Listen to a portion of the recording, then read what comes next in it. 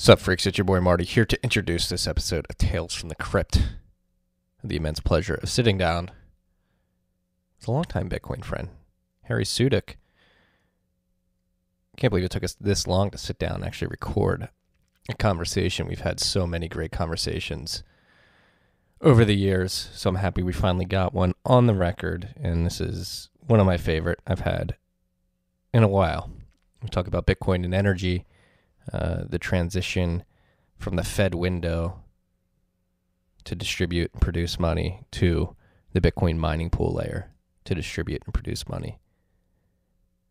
Fascinating conversation. That's all I'll say. This episode is brought to you by our good friends at the motherfucking Cash App. And excuse me, I'm drooling right now. Went to the dentist earlier, got some work done.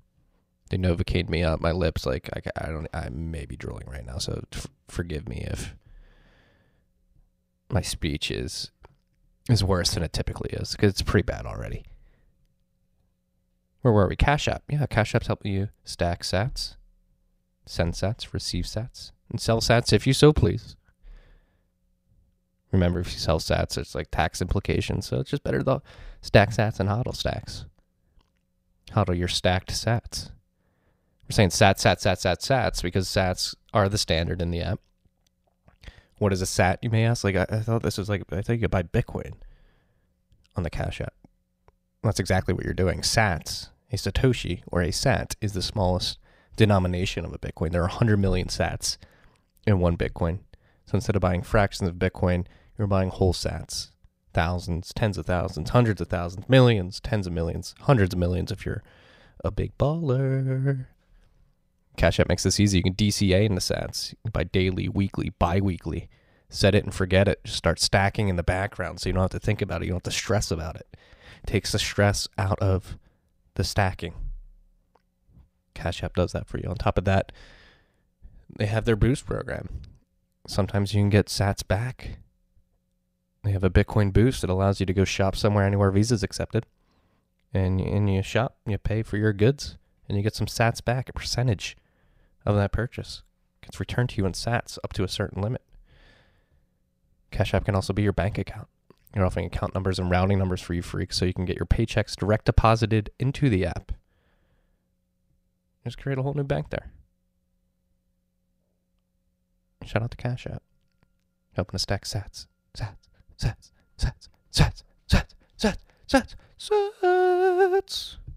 Make sure you use the code STACKINGSATS. That's STACKINGSATS when you download the Cash App.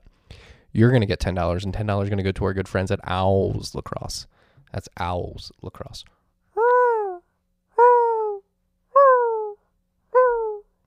It's Owls Lacrosse. Enjoy this rip. I certainly did. If you guys are liking the podcast, give us a like. Subscribe. Maybe a rating and review. Goes a long way. I'm trying to get as much quality Bitcoin information out to newbies as possible. We like to cut through the noise here at TFTC, get to the signal. I have a newsletter that I write daily, Marty's Bent. You can go to tftc.io and check that out. Sign up. You can subscribe to that and get some Bitcoin information, some macroeconomic information, some liberty in the digital age information sent directly to your inbox. Been writing it for quite a while now, coming up on 4 years. It's hard to believe.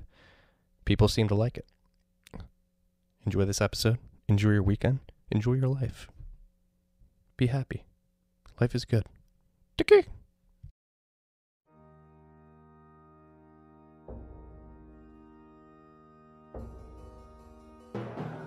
You've had a dynamic where money's become freer than free. If you talk about a Fed just gone nuts, all the central banks going nuts. So it's all acting like safe haven. I believe that in a world where central bankers are tripping over themselves to devalue their currency, Bitcoin wins. In the world of fiat currencies, Bitcoin is the victor.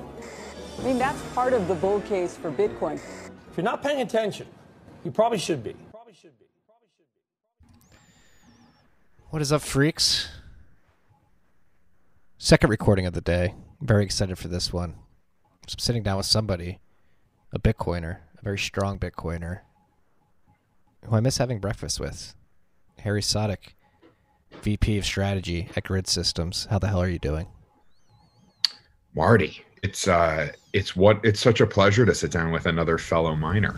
How did we end up here? We went from shooting the shit in diners in the Lower East Side about what we wanted to do to ending up in the mining industry. Well, I'll tell you a quick story about what that's felt like for me. Where I got the bug. I'm a financial services kind of guy background. That whole education is where I came up, and I know similar to you, and didn't know sort of what my Bitcoin role was going to be. Knew I needed it, knew I was obsessed, couldn't stop reading, couldn't stop focusing on it, but didn't know where my place in the industry was going to be. And really kind of fell down the mining rabbit hole by accident. It was not planned. I kind of felt that something was sick in the tech sector more broadly. And I came out of a fintech, but valuations were running so far ahead. This was a little before WeWork blew up. And I just had this sort of the same way that we feel the sort of gut sickness about things in our society. I felt that around tech valuations, and just knew that what I did had to have revenues, profits, business fundamentals, that these were things that I needed to discover as part of my Bitcoin journey. And it turns out that mining was the perfect place to gravitate back towards those things. Yeah, because, gosh, when did we first meet in New York? Was it 2017, 2018? It was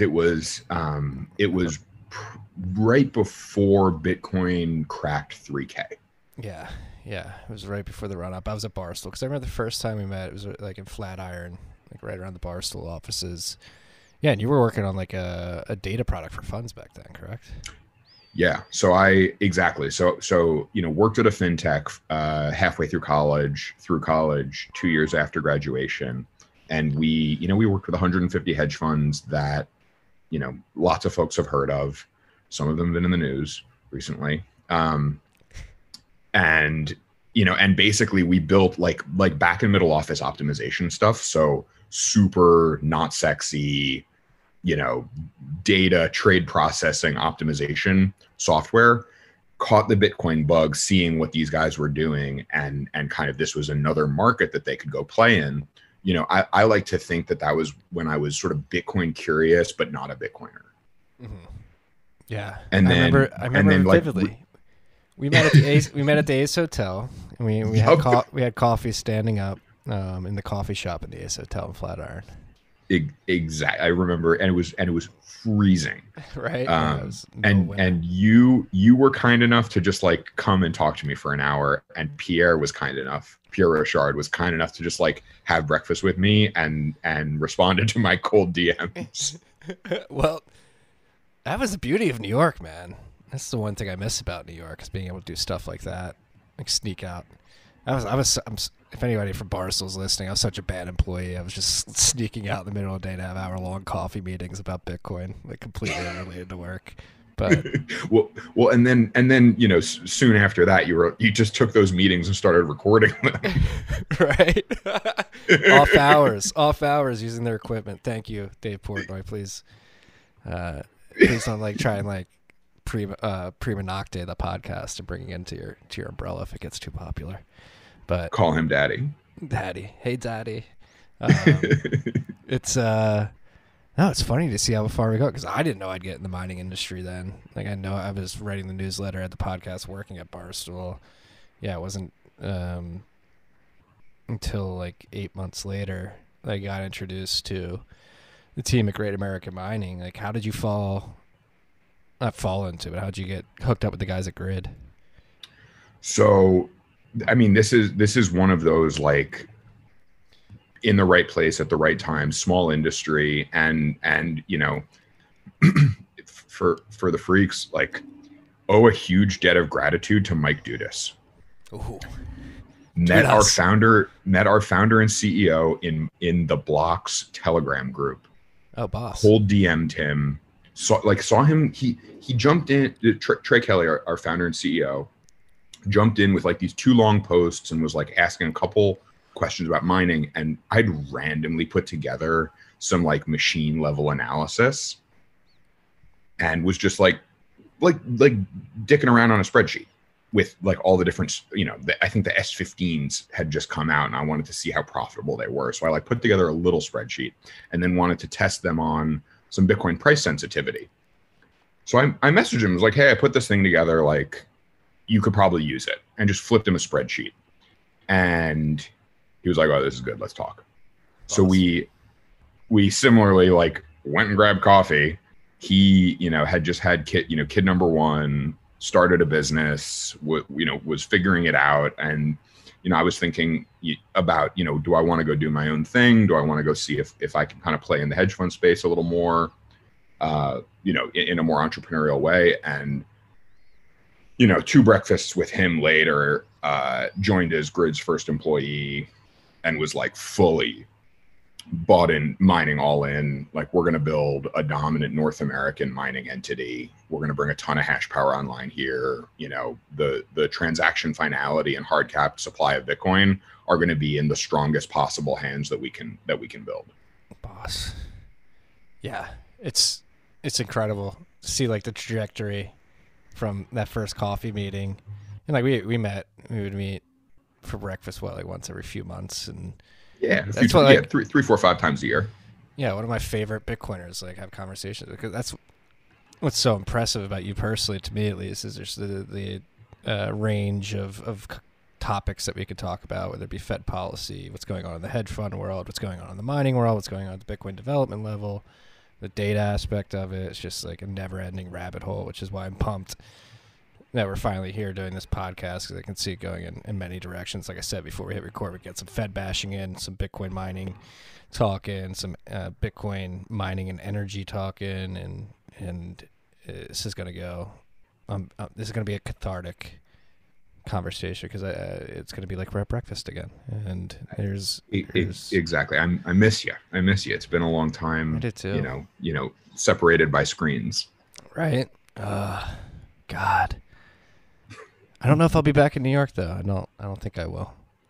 Like, now that I have a child, I don't think New York's conducive for that, considering the lockdowns and the space, the bang for your buck that you get, or the lack of bang for buck that you get in the city in terms of space. Yeah, I feel my wick burning down, frankly. Yeah, it's a shame. It's a shame, because that was the beauty of New York, just being able to randomly reach out to very smart people, be like, hey, let's talk, get coffee, get to know each other, and like get to learn from each other. Like, I've been bouncing ideas off of you for years now, and it sucks that we can't meet in person due to the nature of what's going on. But so much to talk about. Let's stay on GRIID though. Like, how would you describe GRIID? We can't get too specific, but I'm very excited about what you guys are doing, because you're very.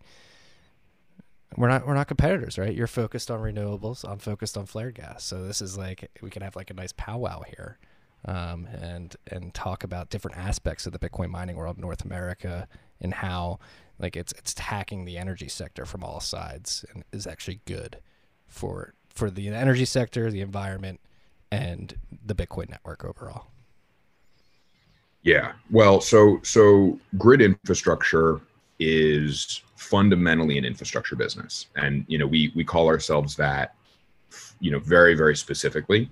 And what that means is that we see an opportunity for the American industrial landscape to change via market forces at this beautiful inflection point, that we think that we can really kind of sit hip to hip with a bunch of different players in the space, and do something special, aggressive, and really big. So, fundamentally, we understand the opportunity in front of us around Bitcoin mining and the monetization of energy. And so, we're a team. When you think about a young company, it really is about sort of the personalities and the talents of that young small team. So, I have to give a tremendous amount of credit to Trey, to recruiting the folks that we have, and then just generally to the guys, across the board. And really, it's about, when I got into Bitcoin, I was obsessed with it.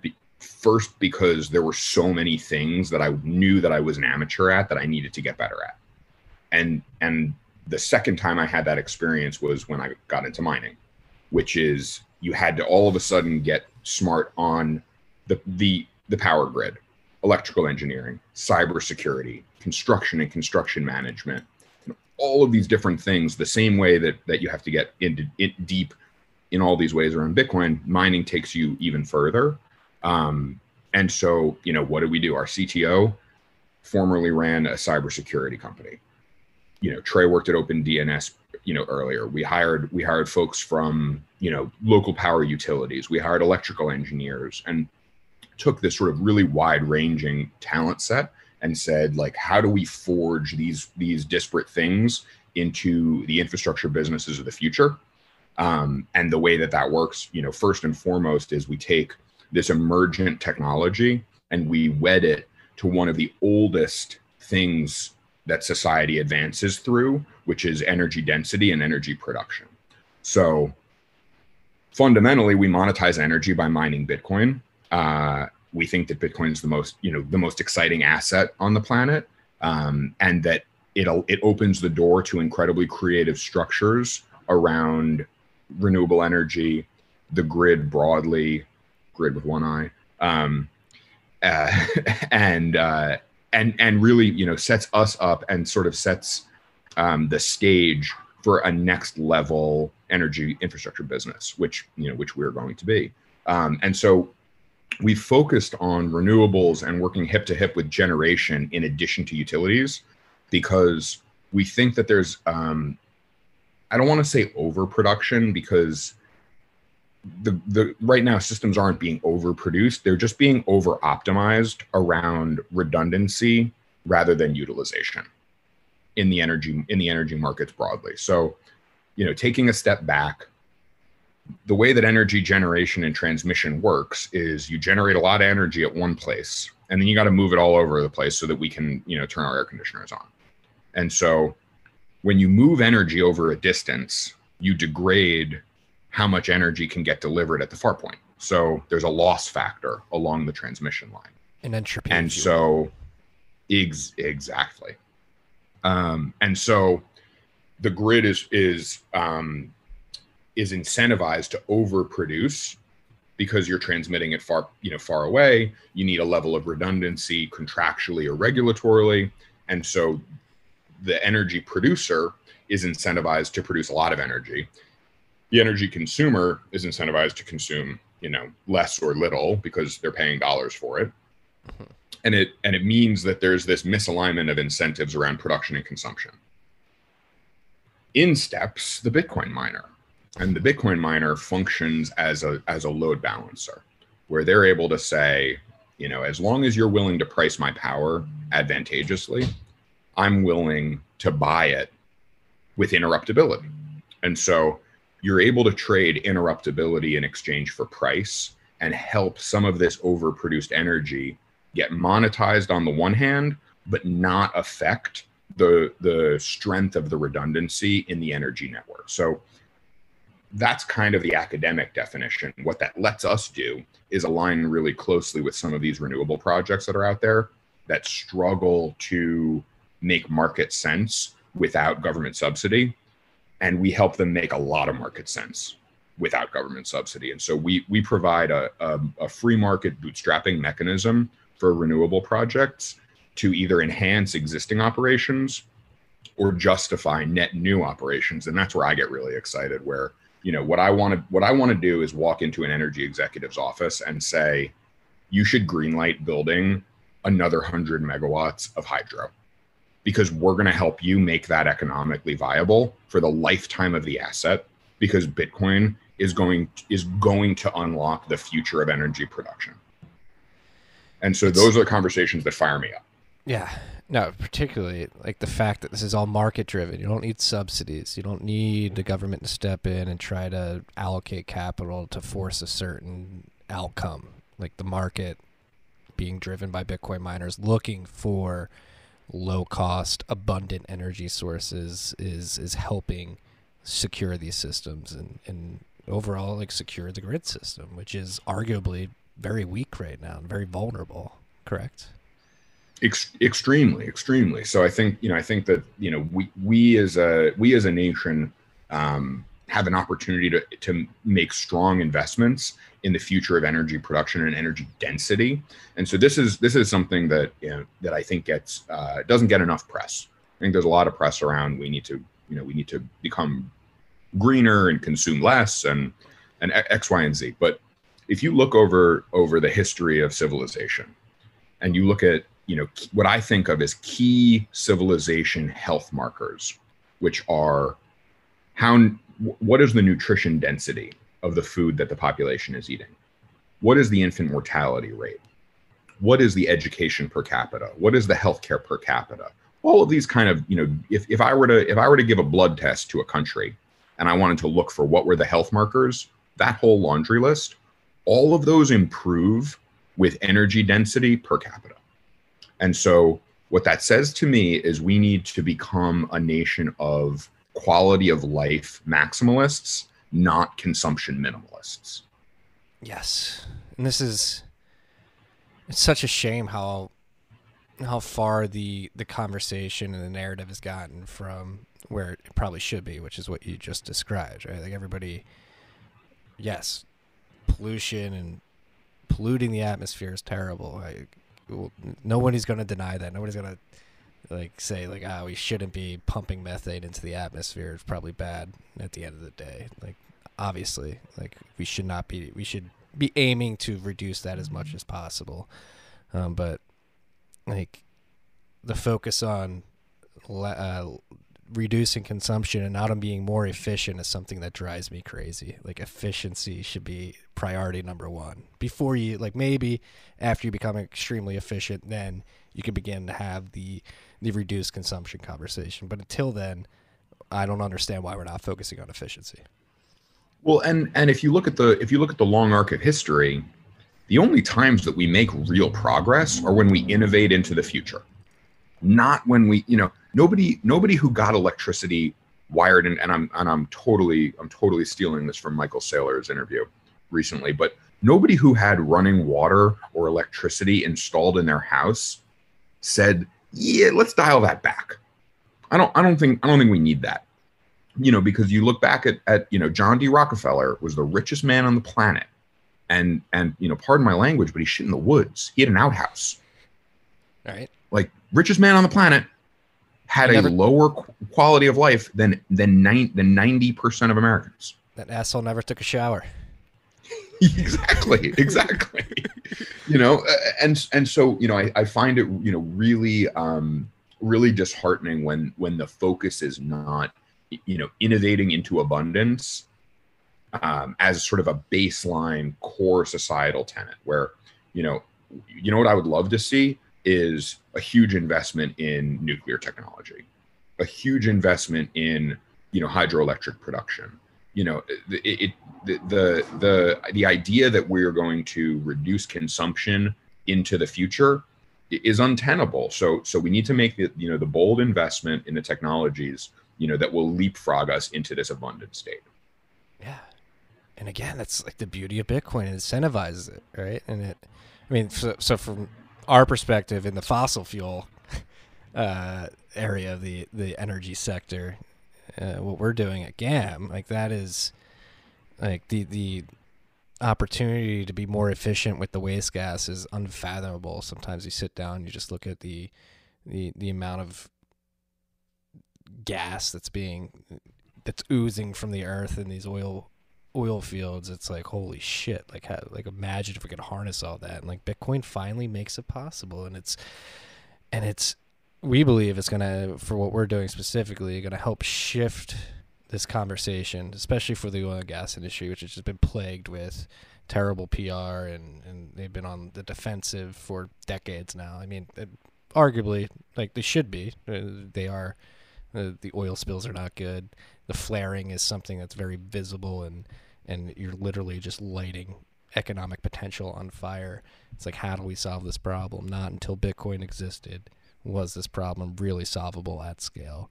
And it's just very exciting to be like on the front lines of this, as I'm sure you're seeing it as well on the renewable side. But like, we finally have something that can help turn the tides of this conversation, this narrative, back to a sensible point. Like, hey, all right, like we don't have to go crazy here. We can figure this out and try to be as efficient as possible, which we're not there yet. We can get there. We have some work to do on all sides of the fence. Like we're still educating producers. Producers are still getting comfortable with Bitcoin. It gets easier as the price is going up, but it's still an uphill battle. And I guess that's what I'm interested to see from your end. Like, it's with the execs that you're talking to, how's that Bitcoin education sort of battle going for you? Yeah, it's a great question, and you know, I want to break it into sort of two main tracks. The first is dealing with Bitcoin miners and getting comfortable with Bitcoin the asset. So we're really, really excited about what we're able to do, getting energy executives and utility executives comfortable with us as a Bitcoin miner. We've had a ton of success. You know, we're operating in multiple jurisdictions.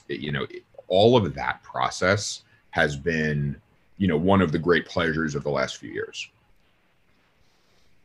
So that's number one, and it's important to get a little bit of historical context there as well. In 2017, 2018, there were a lot of I don't want to say fly by night, but there were a lot of starry-eyed operators who thought they were going to build, massive, they wouldn't get out of bed for less than 100 megawatts. And to give the freaks a sense of what 100 megawatts looks like, imagine 15 hospital campuses. It's enough power to make multiple New York City skyscraper. It's a massive amount of energy. And so these folks were coming into utility CEOs or energy generation executives' offices and saying, I need 100 megawatts and I need it in 90 days. And that's a crazy ask. And then Bitcoin went from 19.5 to 12.5, and then from 12.5 to 8,500, and then from 8,500 to 3,000. Those folks asking for all that power stopped answering the phone. We didn't go in there asking for 100 megawatts. We went in there and said, we want 5. And we want to show you we know what we're doing. And we want to crawl, and then we want to walk, and then we want to run. And we want to build a 50-year business here. That's the point. We don't care if Bitcoin's at 20,000 or 3,000. We want to build the same damn thing. And so from that standpoint, getting some of these energy folks kind of open to working with a Bitcoin company was awesome. It was really successful. And it's important, for you and I to remember, because I think we live in our sort of, more insulated sort of good actor Bitcoiner bubble, to remember that this is a high octane industry full of high octane operators. And, as much as those folks find ways to make money, some of the time they find ways to blow themselves up a lot of the rest of the time. Yeah, I think it'll be interesting to look back in retrospect 2 years from now and see some of the decisions that are being made out there and how they turn out. Exactly. So, so I think that the education efforts on what is it like to work with a Bitcoin company have been great. Getting a lot of these traditional folks excited about Bitcoin is much more challenging. Where I think we've been able to get to is, and there's a few of them that we work super closely with. A few of them, it's the classic story of what happened on Wall Street up until about a year ago, which is some of the folks were really excited, owned it personally, investing in it personally, not ready to do it as a firm. So I think that we're basically lagging last cycle one cycle in the energy side. So I'm seeing executives texting me and emailing me when price is up, or they'll send me a research report, or and they're pumped. And they're asking questions, and that's really encouraging. And so I'd expect 2, 3, 4 years lagged forward from now, we start to see them at the firm level ready to get involved directly. But I think the big jump between last cycle and this cycle is that they are not afraid to have a Bitcoin focused company as a counterparty. They're not ready to be a Bitcoin focused company themselves. Yeah, right. Like bringing it on their balance sheet and being exposed to that risk. And like on the mining side too, you got to think for a lot of people, it's like, all right, Bitcoin's risky enough. Like getting into Bitcoin mining, that just adds a whole nother layer of risk. Acquiring the hardware, executing the installation, and upkeep and uptime, most importantly, of this hardware. You're holding a physical option on future Bitcoin, right? And it could get drowned out or catch on fire, literally. And you got to protect those options and make sure they're performing as best and as often as possible. It's an insane, like, execution is key, and it is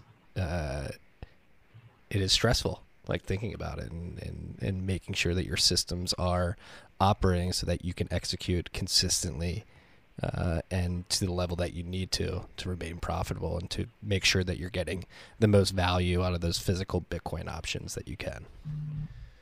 Yeah, I mean, the anecdote that I tell when folks ask about sort of our risk management perspective is, I had never plugged Bitcoin 40,000 into a model until it actually happened. Right. Yeah. My spreadsheets look at Bitcoin 3,000 and 5,000 a lot more than they look at Bitcoin double digit thousands, let alone 30, 40,000. Yes. Make your models as conservative as possible. To set expectations, because it is risky, it is stressful, and I don't want to say fickle, but like you're at the whims of many factors, whether it be more hash rate coming on from other areas of the world, again, like execution of the actual operation. Like, do you have like a fire happen? Do you have a bunch of miners go down? You could get a bad batch of miners, and a Bitmain, particularly the S15 series, sent out some batches that had like a 33% failure rate, which is untenable for like higher than that in some regards, in some aspects, or some instances, excuse me. There's so many variables to take into consideration, and it's a ruthless competition.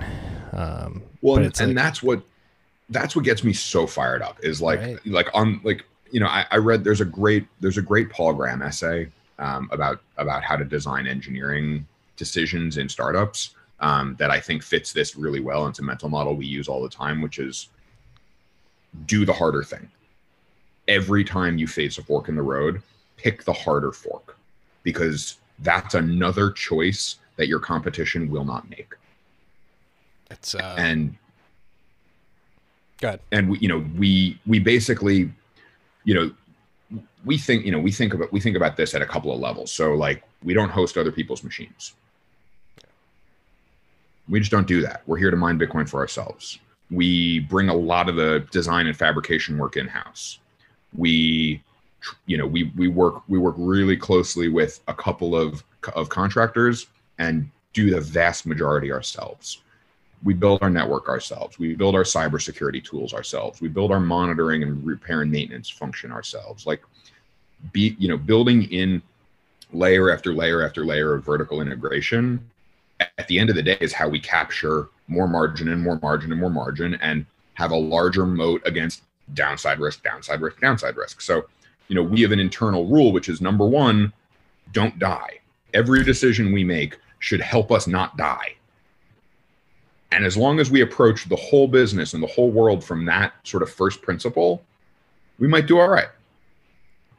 No, we are wavelengths here. What's going on again? Like, we want to control everything that we can that's going on in our boxes.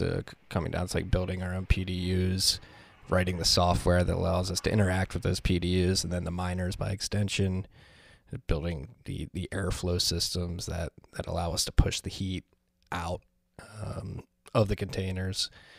You want, like, because that's what helps you reduce that risk, right? If you know exactly what's going on, you're not dependent on a third party providing you something, and you don't have to call somebody up and be like, oh, what the hell happened? It's like, if you fuck up, it's on you, but if you fuck up, you probably have a better idea of actually what's going on and how to mitigate. Trusted third parties are security holes. Right? It applies to many aspects of the Bitcoin network. It's exactly. It's fun too, man. It's a lot of fun. Like, for me at least, I get just fascinated by the physical nature of everything. Like, I tweeted out this morning, like, most people, like, I don't even think about altcoins anymore. We'll definitely shit on this for a while, but like, people very, very, very much underestimate the physical nature of these blockchain systems. Like, you need physical infrastructure to make this stuff work. And I see it firsthand, like what we're doing at Great American Mining, what you're doing at GRIID. Like, we're building things. We're building things on American soil. It just feels fucking good, doesn't it? Bricks and sticks. Right? You know, does it feel good? And it gives me, it feels so good. It's one of the most exciting parts of the business, you know, certainly for all of us. And you know, a big piece of our culture is like, new miners are getting delivered. The entire company flies to the site or drives to the site and plugs them in. Those things do not stay in boxes. No downtime. You know, every hash second available is achieved. And there is, you know, all that stuff, no job too small. And you know, it's a cultural thing. This is the proof of work way. Because you get the visibility and the insight into each of those little efforts and those little optimizations. And it's ridiculously rewarding. I'm endlessly grateful for the opportunity to work on this. You know, and grateful to Bitcoin for creating a system that has, you know, an entrepreneurial opportunity like this within it. I mean, I feel grateful every day to be able to do what we're doing at Great American Mining, be able to have conversations like this on a podcast and support myself and my family. It's like, I feel like one of the luckiest motherfuckers in the world. It's insane. And yeah. So what does this look like? Right now we're at the cusp of this, like, hash rate on North American soil. In your mind, what does it look like at scale? So I think there's a couple layers to scale. The first one is, like, you know, I think that we need to basically make the US the premier destination for hash. And I think we've got a couple of really exciting building blocks and a couple of things that we'll need to solve along the way. I think that we have a massive abundance of energy here in a way where we can compete with anything globally. You know, I think the energy here can power a huge amount of Bitcoin hash, and should not be a blocker, but neither in terms of volume or price. The next component is we've got the, you know, and you know, it's not very anarcho-capitalist of me to say, but we've got the best damn court system in the world. And wasn't like, expecting that. Yeah, it really matters. It really matters that, like, asset forfeiture is not a thing here, and that, you know, that property rights are enforced, you know, to a significant degree. And so having that level of certainty, given the nature of the capex required to scale these businesses, is key when you think about how you're going to fund that growth. I think attracting dollars here to build, you know, the infrastructure layers of the future of money is going to be easier than deploying in Inner Mongolia or Kazakhstan or Peru. And I think those are great places, and there's a great opportunity. I feel really good about America's role in sort of the hash stack globally. Yeah, you're not worried about the Maduro of America coming and seizing your equipment and plugging them for themselves. Exactly. At the very least, I can sue them and jail them. All right, and then you think, like, from a law perspective in the United States and in North America particularly, right? This is gonna be a North American phenomenon. Let's not kid ourselves. Canada's got to be taking part in this as well. Like, that's the beauty, is this bleeds across state and international lines too. So you have a bit of jurisdictional arbitrage within the country too. Like, and that's something that's been fascinating for me to learn as I've been on this ride with Great American Mining, is like the different flaring regulations state to state, and that drives different incentives for different producers and different borders to actually engage with us. In North Dakota, they're highly incentivized to engage with us. Texas, up to this point, they haven't been. It looks like they will be more incentivized as the state regulators are looking to levy like a 25% tax on flaring. But like that is another beauty of what's going on in the mining industry specifically, is that you're able to have this jurisdictional and regulatory arbitrage from a state to state level. What we're doing, and I'm sure what you're experiencing too, there's different sizes of producers. So you have different types of stakeholders within the energy production level. So you have small producers, large producers. They have different incentives and drivers. And so from a Bitcoin network perspective, you couldn't ask for a better marriage with like a type of industry than the distributed energy industry across state and international and corporate levels that really distributes the network, right, at the end of the day, between different stakeholders. I think that's exactly right. And I think it the Bitcoin network does something really elegant and exciting, which is it makes the use it or lose it nature of energy production a huge asset. Where every megawatt hour generated out here that gets consumed by the Bitcoin network is another layer of amber that it's encasing the transaction history and the UTXO set. And so, because of that, because of these thermodynamic properties, the shelling points of the Bitcoin network are subtly, and I don't think this is talked about enough. They're so ridiculously strong, and they're strong in excess of the ways that maybe they're more commonly thought of or talked about. Like, it's easy to say that Bitcoin transaction settlement is final, or that 21 million is a hard cap. Then you look at the history of sunk energy costs into what has been committed to those rules, and you just have a whole profound brand new appreciation for this thing Satoshi dreamt up. Right, and that's what makes you laugh at like sideline armchair theorists who are like, oh, miners are going to attack the network. It's like, do you understand the skin that miners have in the game, and like how much capital they have in this game? Like, they're like, whenever like anybody's like worried about like a 51% attack, 51% attack probably like the incentive is not there in my mind. Like, the incentive is to cooperate because the margins are so low and you've sunk so much goddamn money into this.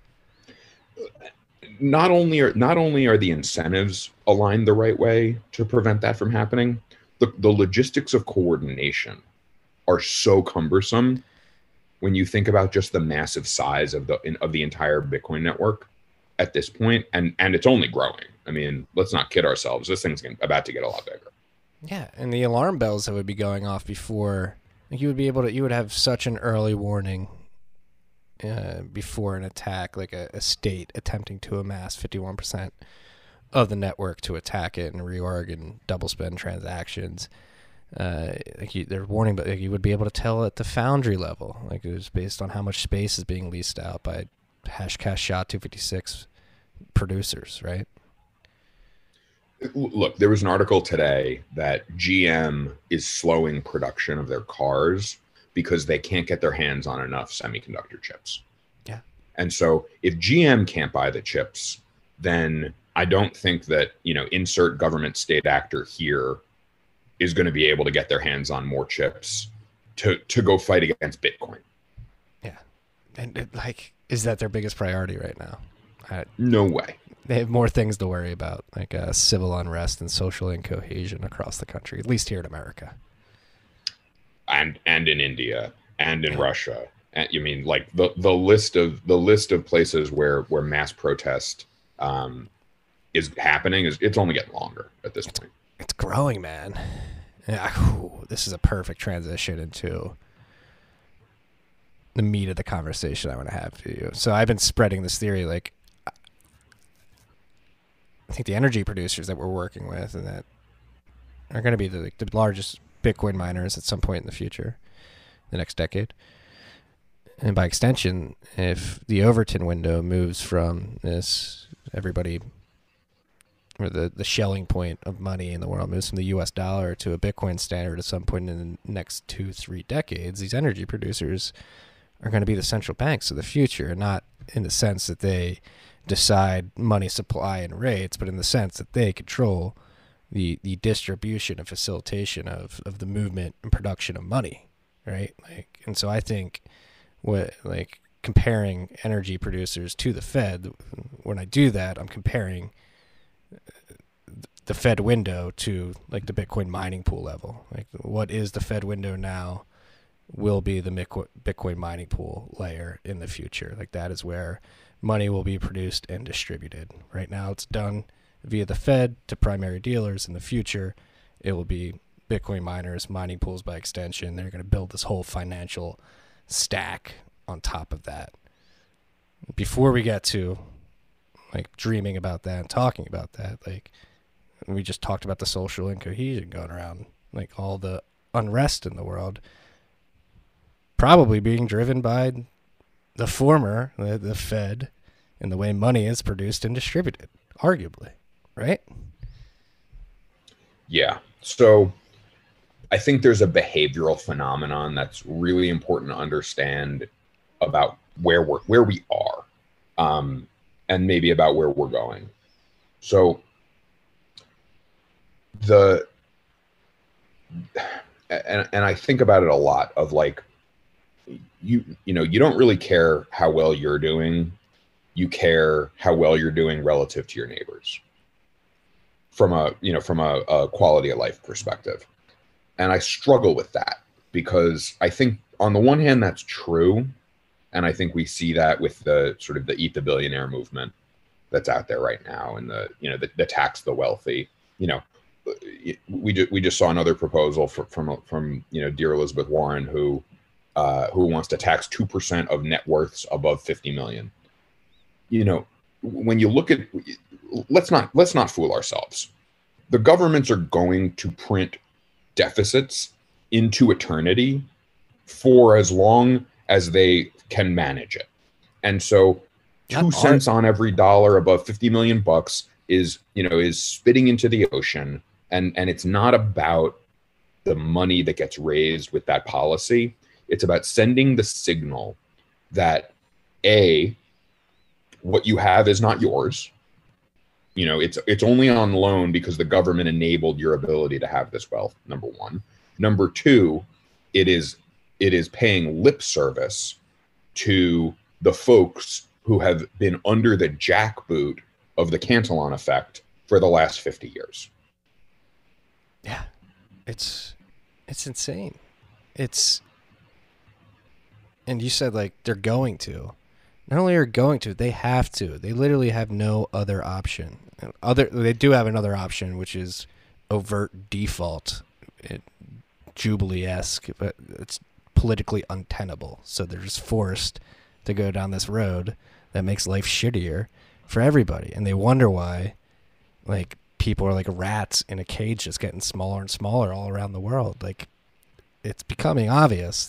The common man, the average Joe, has had enough, and the way the system is designed, the way the monetary system is designed specifically, has pushed people to the edge, and they are starting to lash out. And that's, for me at least, I don't want to say it's disconcerting, or it's just,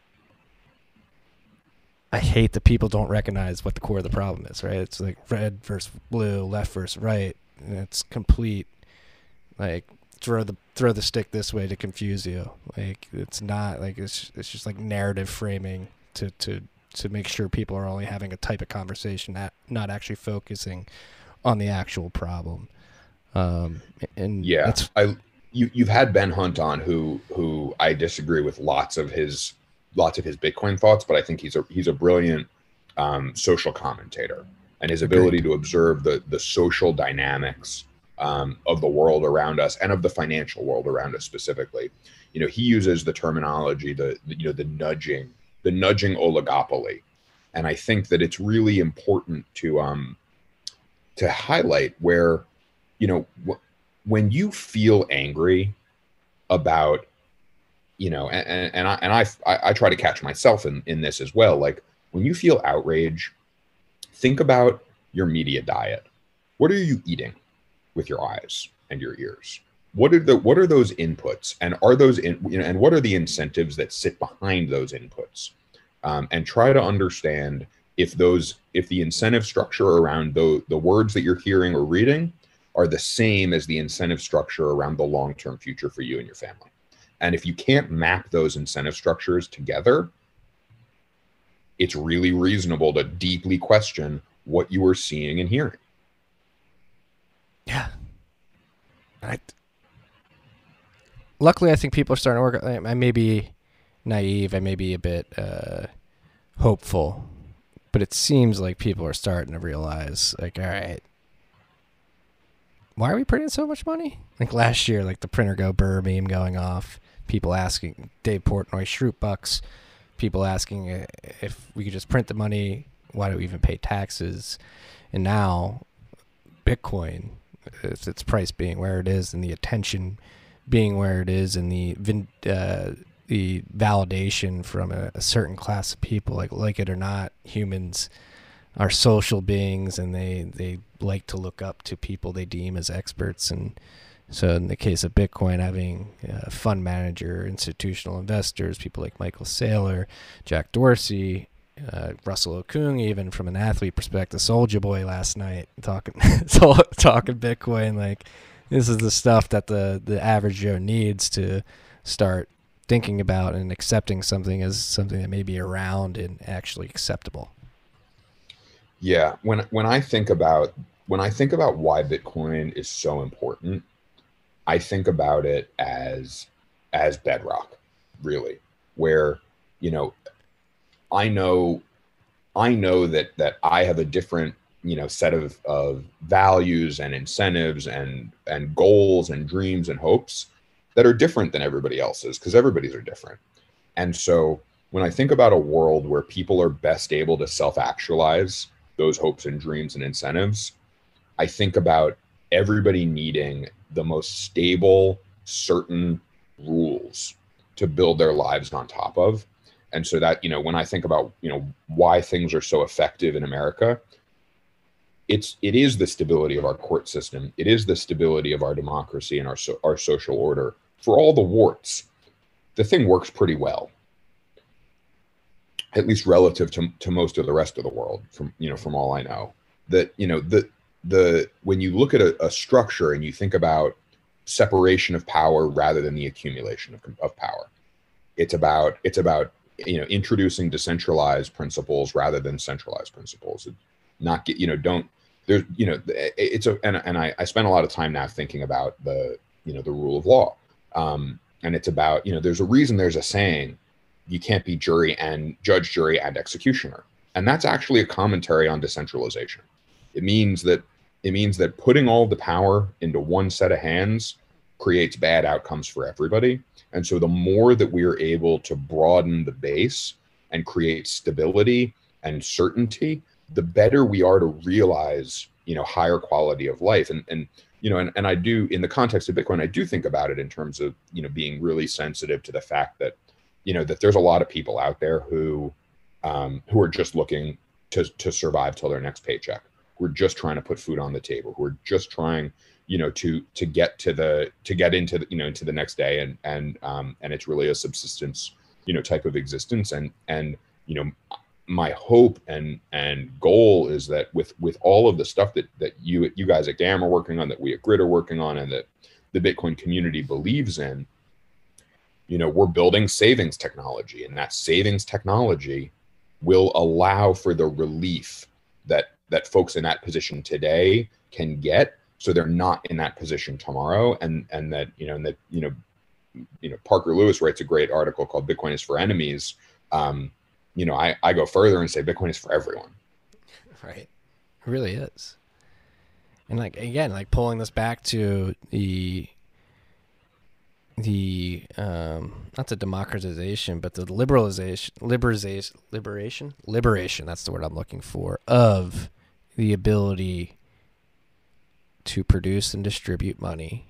You're liberating that process from a very select few of people and opening it up to the world. Yes, Bitcoin mining is very capital intensive and it's not for the weary, but compared to the Federal Reserve system with 12 board members, a chairman or chairwoman, 5 voters at the end of the day, like you have 12 chairmen, but only 5 vote at any given point in time, and completely liberating that process of production and distribution and manipulation of interest rates to the whole world, or anybody who's willing to take on the capital risk to plug in a Bitcoin miner.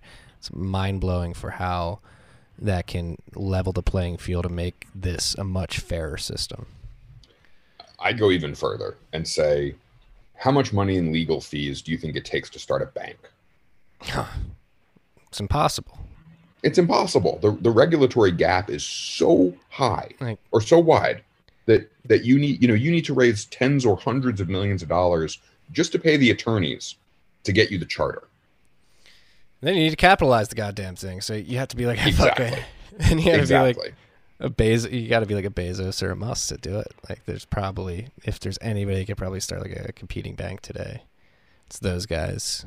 Obviously, we have Avanti Bank in Wyoming that's starting. It's a Bitcoin-backed bank, but they have the benefit of, number one, having good people like Caitlin Long, but then two, having the luck of Bitcoin appreciating significantly in value over the last 12 years as well. Exactly. And that's I get commentary around sort of the one computer, one vote idea that was in the white paper, and mining is so centralized, and I'm like, yeah, I mean it takes startup capital, but it's not like ridiculous or prohibitive, and it's all driven by the market. If you've got a great power cost and you can manage a supply chain and deal with a software business and do all these things, you got every chance to come in and build a great business for yourself in Bitcoin mining. And so it's there's no regulatory capture, and I guess like that's a nuance, maybe relative to where the white paper was at originally, but I think it's super exciting that that the money production of the future just comes with an outlet in the computer. Right. And if you can execute, the cash flows come almost immediately. Right. It's pretty insane, which is the SATS flows. We got to start changing the terminology here. You get immediate SATS flows. Yeah.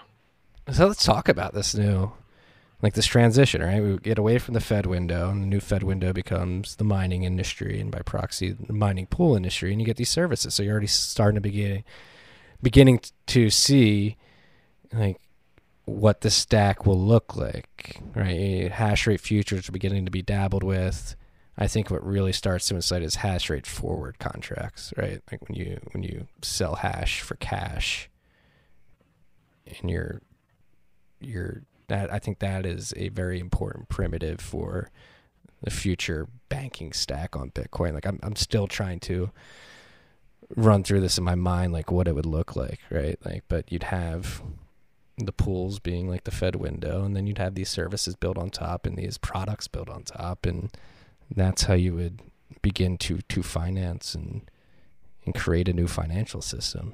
Am I completely off base, like crazy here? No, I want to go further with it and start to not correlate, but start to merge two ideas together. One of them is hash rate, and the other is transaction fee volumes. So, that to me is the commodity, the true commodities of the future are going to basically look like energy, hash, and Bitcoin. And they're all SATs denominated, but they each come with a little bit of different risk profiles, and so you can hedge them against each other, and they're all sort of interrelated. And then there's a huge derivative stack that sits on top of them around transaction fees and and changing time forward and back, options of different durations at different levels, and and eventually eventually that's how you end up with sort of a Bitcoin reserve currency, where you're able to work through all of these. When I think that commodities have become pretty financialized, but the way that I think about commodities they're really the input functions. And so in an economy, you've got inputs and outputs. And outputs are usually goods or services, and inputs are commodities or labor or capital. And so when you start to think about how Bitcoin can function across the input stack and the output stack, it gets really interesting and starts to look a little bit more, parallel to what we're doing today, and maybe a little more achievable. Where I think, like, you say Bitcoin could be the reserve asset of the future. People look at you like you've 10 heads, or they look at you and say, "Yeah, I agree." Those are the two options. But I think that being able to break down, I love what Ray Dalio did around sort of the macro and the micro credit cycles, because I think it made a part of the economy that was really hard to digest easier to digest. And it's a half-hour YouTube video called The Economic Machine is what it's titled. It's animated. It's really good. It's a really simple explainer for how credit cycles work. I think we need to do similar things for the Bitcoin standard and what that can look like. And you look at, inputs, which are, energy, hash, maybe a few other things, and outputs. And you take some other commodities, some raw materials, some, whether it's a physical output or a service, and you start to map the existing economy into a Bitcoin standard economy and make it really clear that this is achievable, and continue to define it and continue to pave the way. Right. And once you start thinking of these Bitcoin native products and like Bitcoin native solutions to a lot of the problems that the traditional financial world solves right now, and like just thinking like the CME Bitcoin futures contracts, like I think that's going to get completely wiped out by like Bitcoin native stuff. Like, so taking away from mining and pushing it to like DLCs on Lightning Network when they're possible and when they're widespread, right? Like the Shortbits contract for difference blew my mind. Like the ability for one side of a contract to go long Bitcoin price exposure and the other side to lock in a stable USD value in Bitcoin. And basically you just, in that DLC, you have sats moving around to each party based off of what's going on with the price of Bitcoin. If it's going up, the person who's looking to keep a stable value gets less sats, and the one that's long Bitcoin gets more sats. It's going down the opposite, but that's all. You don't have to interact with anything outside of Bitcoin to get that financial product, and it's just like mind-blowing. Yeah, I mean, I think that financial engineering around Bitcoin, and especially, I agree with you. I think the Bitcoin native functionality is just super exciting, and and that's what I try to keep in mind when I think about sort of what's possible. Think about the internet. Think about the internet when it was like email and a couple of indexed web pages and a few things here and there, and imagine if you thought that you could order a black car to your house from your phone. I remember this is actually a funny story. I remember the first Uber I ordered in Chicago. Chicago was like the second or third city that got it. And it was actually a Tesla that showed up. And I was like, holy shit, what the hell is going on here? It blew my mind. Like, not only one, that I could order a taxi from my phone, but that like a fucking Tesla showed up. I thought that was like the norm. I thought Uber was just like a fleet of Teslas. Like, when I was a kid, I did not grow up taking taxis in the city. We would take a car service once a year to the airport to go visit my grandparents. That was how I interacted with car services for 12 or 13 years. And then all of us, actually maybe more, like 16, 17, 18 years. And then all of a sudden, you press a button on your phone, they show up at your house, and they're cheaper than a taxi. They got water waiting for you in the back. They know where you're going. You don't even have to tell them. Exactly. And that's what, and you know, and I want to mention one other thing that I love the Uber example. I think that there's such a powerful mental model for what an addressable market looks like when a better product shows up. So the number of people who took taxi cabs before Uber showed up was way less. Way more people use taxis today because there's a better product. The same thing is going to happen, and I think of gold basically as taxis, and I think of Bitcoin, you know, in this example as Uber. Like, there's a lot of people who have really sophisticated and exciting portfolios that don't allocate to gold, that are going to take one look at Bitcoin and say, fuck yeah. Why do you think that? Because it has incredibly upgraded store value properties. So fixed supply, starting with that. I can always divide my Bitcoin divided by 21 million, and I know how much I have. That's it. The ability to just on a calculator divide your sats by the total network at maximum circulating supply sats, that very simple ability is so powerful. And being able to offer that degree of certainty is so powerful, because then you start to be able to say, well, I understand how to price my time. I understand how to price opportunity costs. I understand how to use a time machine that takes value today and sends it into the future, and it works. Guess what? If I want to send some of that value to the complete other side of the world right now, done, like immediately, and it works. And I don't have to pay anyone other than us for mining fees. Hey, maybe you could do some out of band payments too. Hey, like here's some cuck bucks. Why don't you get my thing in there for? That's if you're at the pool level. That's it. We could have a Strat V2 conversation down the line. But that was, shout out to Kareem Felmy for that piece in Deribit last week on Strat V2. So good. He's so sharp. Yeah, the out of band payments is something I always forget about. Like some pools offer it. That is pretty bullshit, especially for us, right? It's like, yeah, especially if you're contributing to a pool. No, but it is in terms of going back to total addressable market. It's such an upgrade. You know, right? Like Bitcoin and you know, love me some gold bugs culturally. I think they're going to come around eventually. They're going to have to. Yeah, but Bitcoin is such a massive feature upgrade. You know, forget the geopolitical, forget the macroeconomic. Just on what can the tech do? It's so much better than what gold does.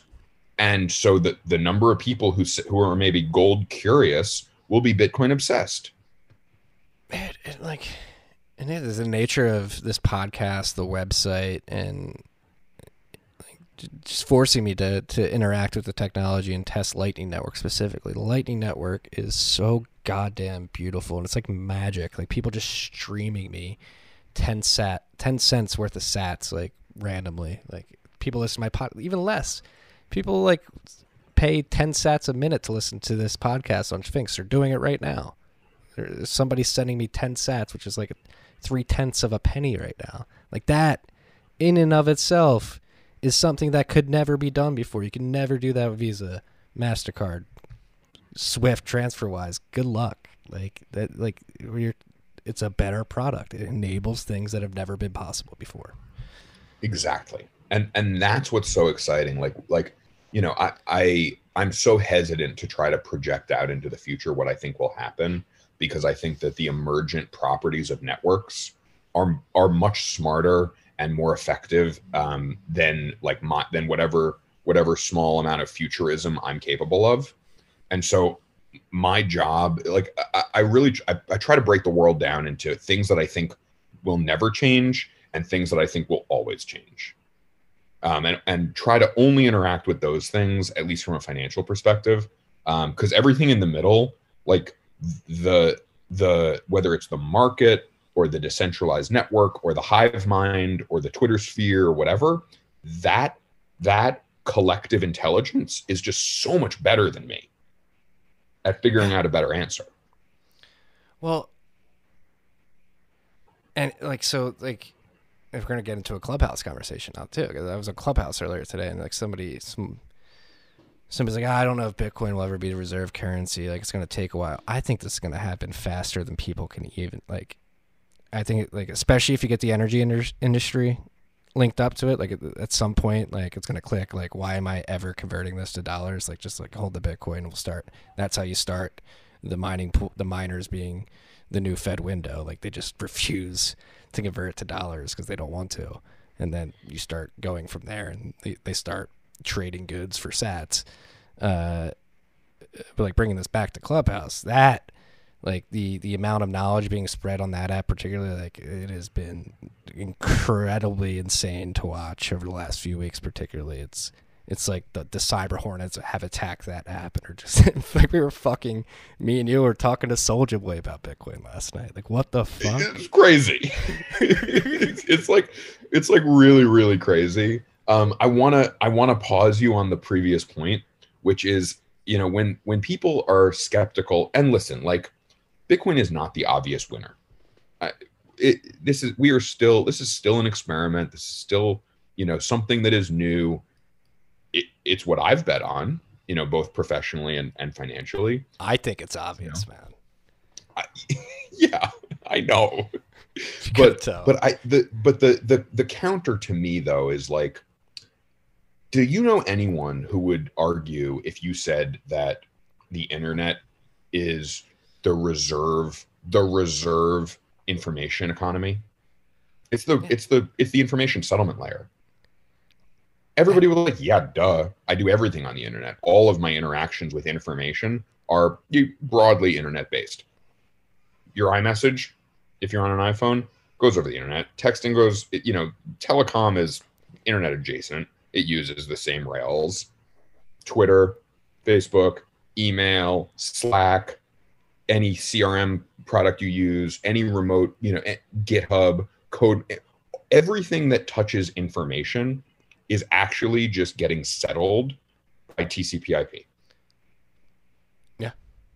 And so the idea that we can have a global upgrade to a network like that should not feel like out of scope, in my opinion. No, it definitely should. Especially, it's happened in our lives. I fucking remember taking AOL out of the back of a Backstreet Boys Millennium album and downloading it for my parents when I was like 7 or 8 years old. Like, and that walled garden internet experience has gotten to where it is today, where I'm fucking teleconferencing you from hundreds of miles away. We're recording it. We're gonna post it to the internet. It's gonna get distributed to the world. Like, that happened real fast, and like that, like. And again, thinking about exponentials and the pace of innovation, like, people are like, oh, like, Bitcoin will probably follow the same trajectory that the internet did. It's like, no, Bitcoin's being built out on the internet. Like, we have the internet that like expedites everything and like makes this process that much faster. I think this is going to happen much faster than people realize. And you know, the example, so like my dad is always sort of my my base case for like how well is Bitcoin doing, because he's excited about it. He loves it. He's not a naysayer by any stretch, but he's a healthy skeptic for sort of the real upside cases for what this can be. So he's very confident that Bitcoin will be a $10 trillion asset class. Boss. He does not understand. I think the last 6 to 12 months have been really good for him and his orange pill. But he did not, until COVID, I think, he did not see the $200 trillion case for Bitcoin. And I think he does now. And I think that this is one of those examples and so I'm constantly, testing my sort of mental models on him to see what works and what doesn't for his demographic. And one that is like super compelling is Tesla. And I know Tesla has its own, has its own community around it, but Tesla is 10 times bigger than like Ford. It's like just as big as like all the major car companies combined, right? Yeah. So the idea that you can invent something new that similarly to technology enabled. So I think of Bitcoin miners as basically technology enabled energy producers. So I think that we have the ability to 10x traditional energy producers, or enable traditional energy producers to 10x themselves, super easily. Where just the example between what's the difference between Ford and Tesla is just one of these leaned in to these enormous tailwinds that are native to the things they were already doing and producing, and they were able to lap the competition 10 times over. It's the same thing with the broader S&P 500. What of the top 25 companies 10 or 20 years ago were not internet companies? Big percentage. Today, Apple, Amazon, Facebook, Salesforce, pick your tier. It's 80 to 90+% internet native businesses. Airbnb went public at $100 billion. Alibaba, huge IPO. These companies are being built faster than ever. They're bigger than ever. They play more of an active role in society more than ever, and they deliver more value. Why? Because they're tech enabled. They're the same way that when John Rockefeller started digging around in northwestern Pennsylvania and found oil, nobody else wanted to go hunt for whales to cut open their skulls to put oil in lamps.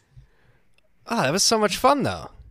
It's the same. To me, it's the same analogy. If you looked at where CapEx was being spent prior to the discovery of the ability to refine kerosene, people were capitalizing shipbuilding to go out to sea, to go hunt for whales, which was not a safe thing to be doing, killing whales to cut their skulls open to light and heat their homes.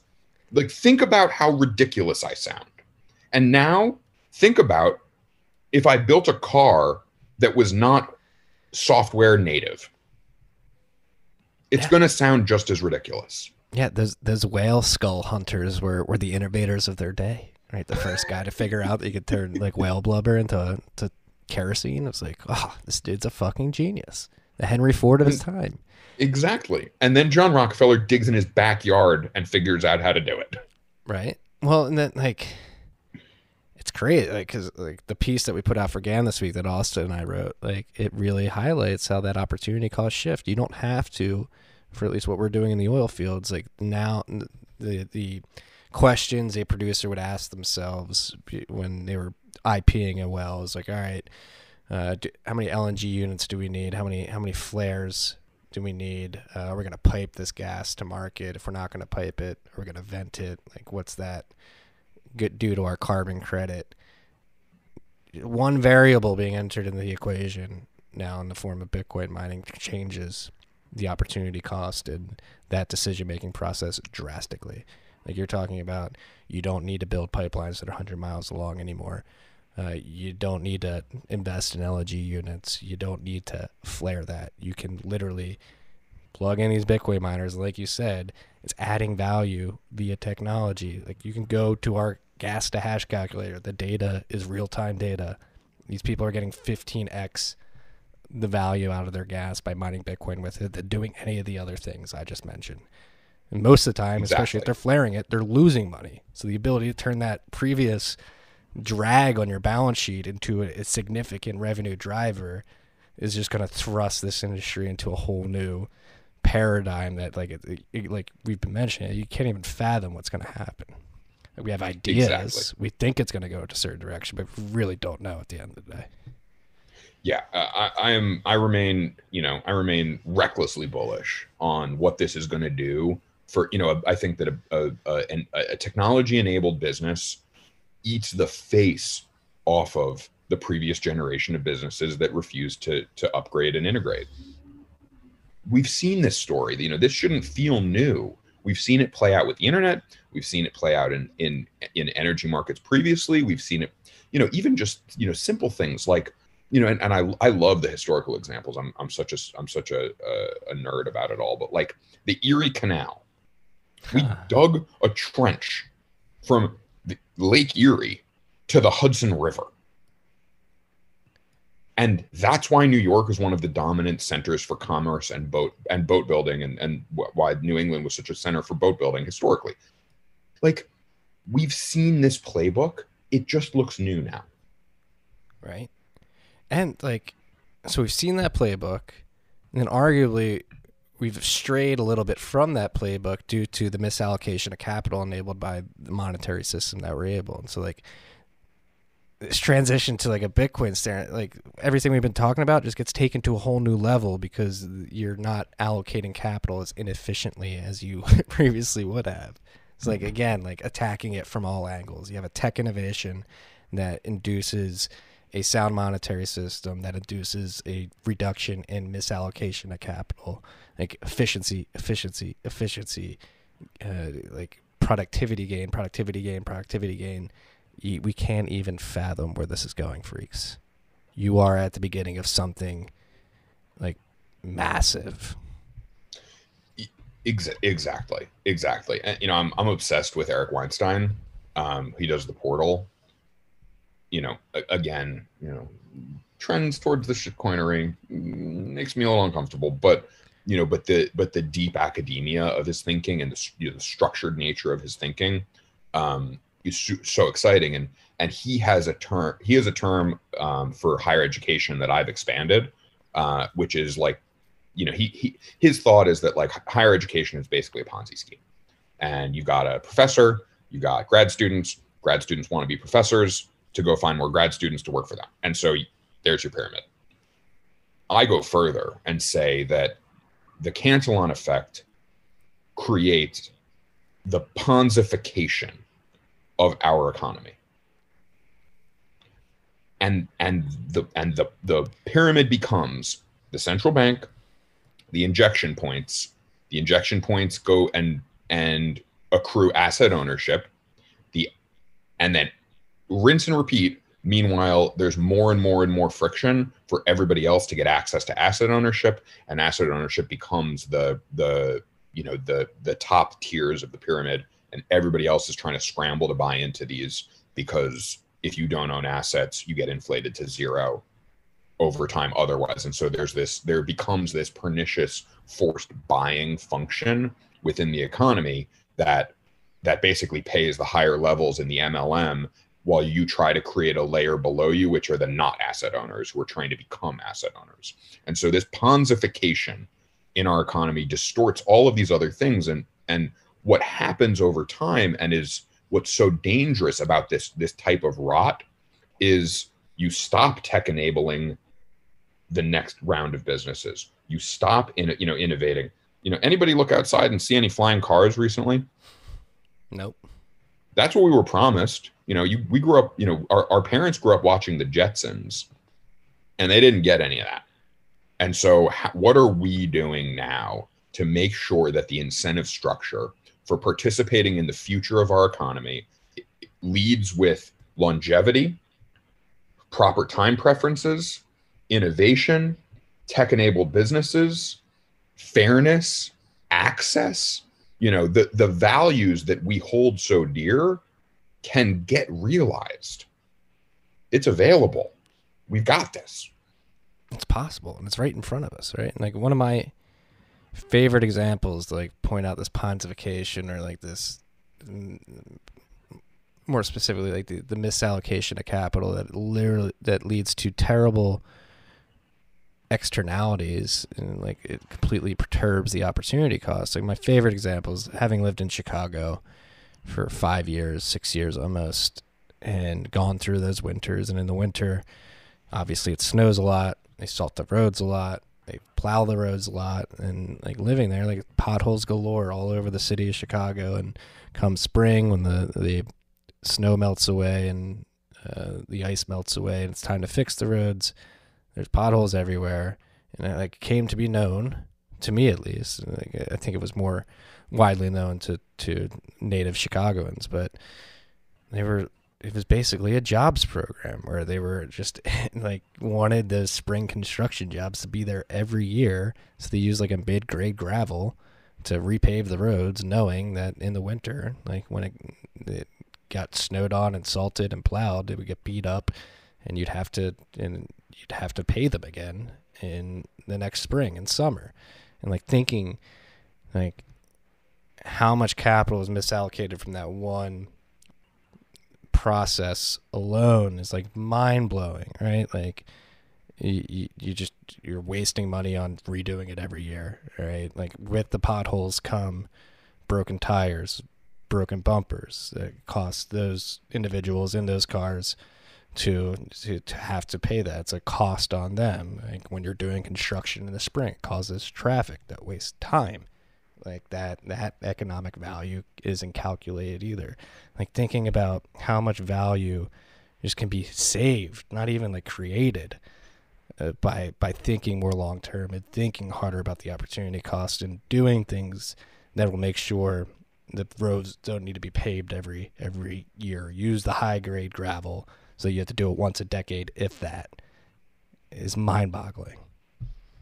And what underpins all of that is having an incentive structure on the individual level that promotes savings and rewards savings. Because the reason that you need that forced sort of revenue stream for the construction company every year is because the pay that everybody takes home, the incentive structure right now is to consume it. Right. If the incentive structure becomes to save it, and you're able to actually save your way into retirement, you don't need to be on the hamster wheel anymore. Think about the possibilities, freaks. Makes you angry when you think about it, right? It's like, why are we this stupid? How did it get this bad?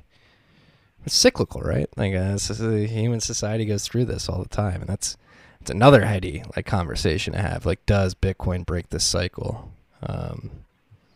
Does the nature of consensus in this distributed system and the inability to change the 21 million supply cap throw a wrench in the system that perturbs that cycle moving forward? I don't know. I go back and forth. Do you have any thoughts on that?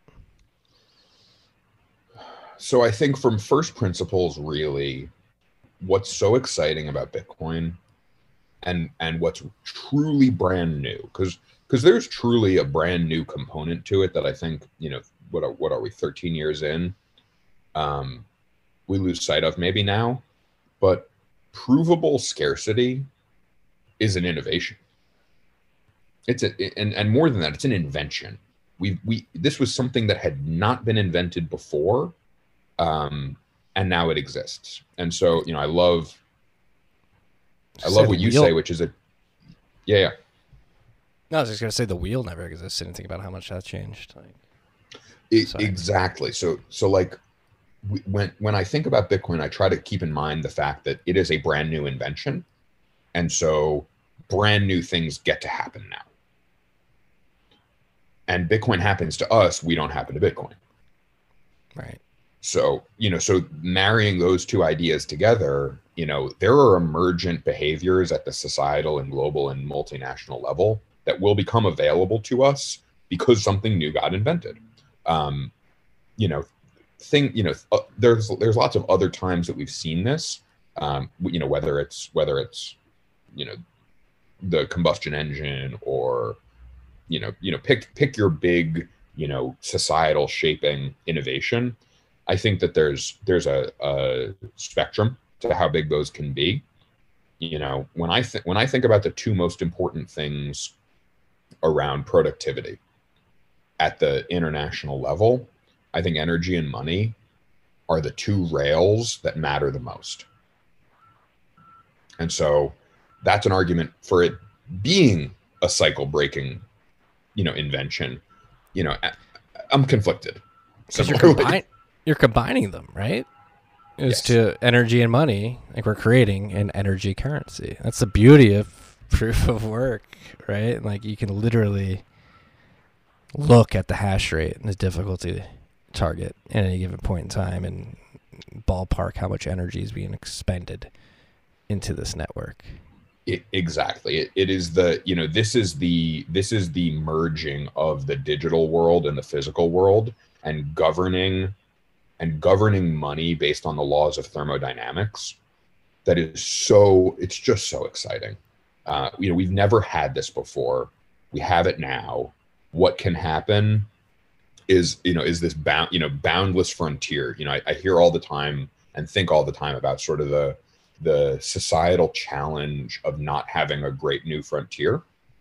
And that, you know, we human beings thrive when there is a frontier space to be pressing up against. And that's how we're designed. And I think about, you know, the frontier space that Bitcoin can introduce to us, and has introduced to us.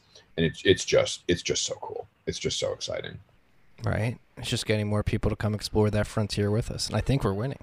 I mean, again, going back to Clubhouse, like, how many orange pills are being doled out on that app alone? Like, the ability for people to team up in that app, and you know, literally 1,000 people listening to you. I mean, obviously there's billions of people on Earth, but one man at a time. I believe the network effects of educating on that app are going to be profound. I don't know. Am I too bullish on Clubhouse? What do you think? I think you're not bullish enough. Frankly. Why do you say that? Why do you say that? I think that it is the most effective onboarding tool I've ever seen to an idea. Right. It's insane, man. It's insane.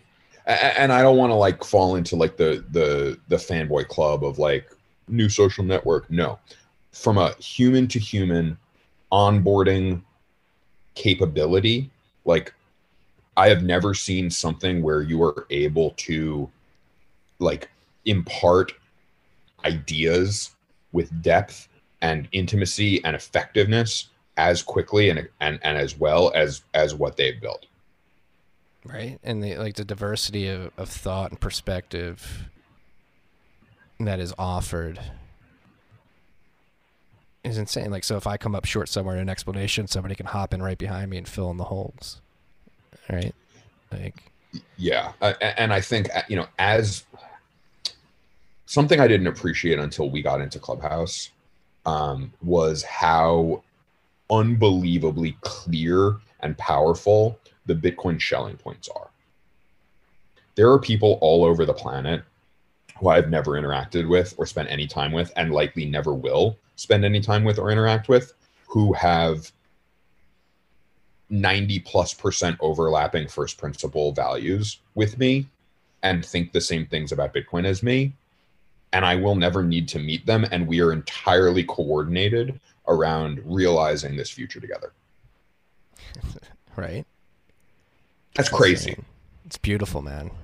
It's fucking beautiful.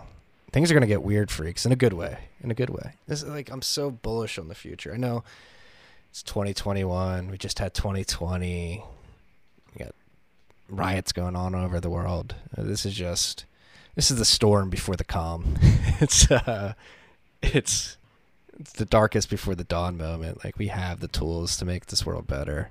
Bitcoin certainly helps, I think, considerably more than anything else, and it's happening. Like, I could say that because I see it happening. I see, like, we have engineers in the Bakken right now plugging in mining containers. You are building out infrastructure as well at the moment, from what I understand. Like, it's happening. It's here. It's possible. It enables something brand new. We can't fathom what it's going to do, but people are tinkering with it, and it is going to happen. There's no stopping it now. Like, the incentives of integrating this, like, when everybody thinks about like state attackers, and maybe like all the crazy adversarial thinkers going to throw shit at me and be like, "Oh, Marty, you're too naive, you're too optimistic," but the incentives are too fucking strong.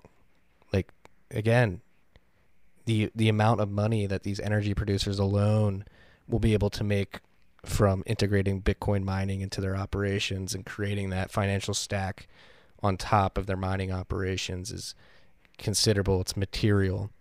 Like, if you're thinking from a national security perspective and energy independence perspective, like, nothing helps us get to a more secure, energy independent country. They're not even just like any country. if any country wants to be energy secure, like integrating this stuff makes that possible. Exactly. And again, for me, it comes back to this idea that we have never had something provably scarce. And now we do. And we don't understand yet what it's going to take to get your hands on some of this stuff at the individual level, at the high net worth level, at the pick your institutional capital level, at the nation state level. There are only 21 million of these things, and the ability to get your hands on them will become increasingly challenging, both in terms of what you got to pay for it, also in terms of the logistics of actually getting it and getting it secured and validating the transaction with your own node and running all sort of the basic privacy, I say operating system is sort of a broad catch-all, but like you're running a node, interacting with Lightning, securing your own key, securing your own coin, all of sort of the basic Bitcoin OS. Actually getting that accomplished with any kind of significant size and scale in the future is going to be harder. And so the way you do that, and part of the reason why I'm ridiculous, this is as much talking my own book as I'm willing to do. I think that the demand for ownership in mining businesses in the future is going to be huge. Right. It's like it's hilarious too, isn't it? Because mining's always been this, don't mine, you're not going to want to mine, but it's like literally going to be at some point in the next decade or two the only way to actually like access considerable amounts of Bitcoin. This is one of my pet theories. This is absolutely one of my pet theories. It's going to completely shift. It's like, oh fuck, I should have been mining. Like, it's the only, that's the real Satoshi spigot. Right. It's like, got to get your sats flow, freaks. Mining makes it possible. Like, and then mine, like, we could go on for hours. I don't have hours. I have bedtime and story time and dinner time soon. But before we get to all that, like,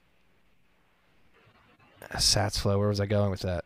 God, I completely dropped out. This is the sort of, I think of this sort of as one of the Bitcoin singularities that's going to be out there, which is that the availability of Bitcoin supply and the sort of, I hesitate to use this term, but like valuation model for mining access are going to become sort of bedrock foundational ideas in financial markets of the future, where the only way to get guaranteed access to future Bitcoin is to directly own mining capabilities.